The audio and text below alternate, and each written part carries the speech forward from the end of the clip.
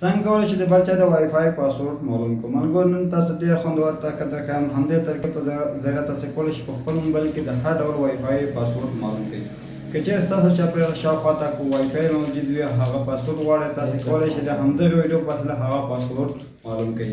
ملګرو ته یو اپلیکیشن ته ضرورت ده. دغه اپلیکیشن باید تاسو له پلی سټور څخه راډاونلوډ کړئ. بیا تاسو کولی شئ د وای فای پاسورډ معلوم کړئ. ملګرو د دې طریقې څخه غلط استفاده نه کوئ. یوازې د ضرورت په وخت کې دا طریقه استعمالوئ.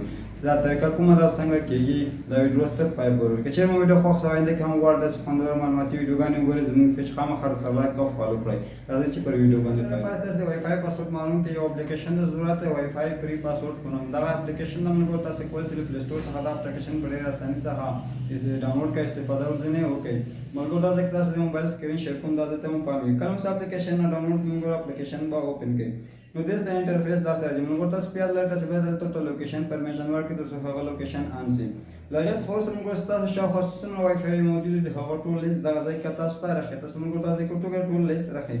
نو هر یو پاسورډ مو معلوموو. ملګرو ته لیکلي دي شو پاسورډ. تاسو ورته وګورئ ملګرو دا شو پاسورډ به ووهئ. یو کوچنی اعلان تاسو درکوي هغه اعلان به وګورئ. ملګرو تاسو کولی شئ شو پاسورډ ووهو. دغه ځای کې تاسو وګورئ ملګرو موږ ته پاسورډ شو کوي.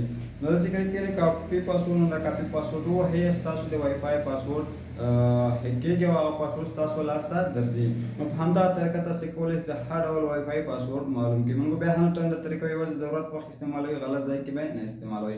دا وه زموږ د نن ورځې ویډیو. که چېرې غواړئ داسې خوندور معلوماتي ویډیوګانې وګورئ زموږ پیج خامخا سره لایک او فالو کړئ.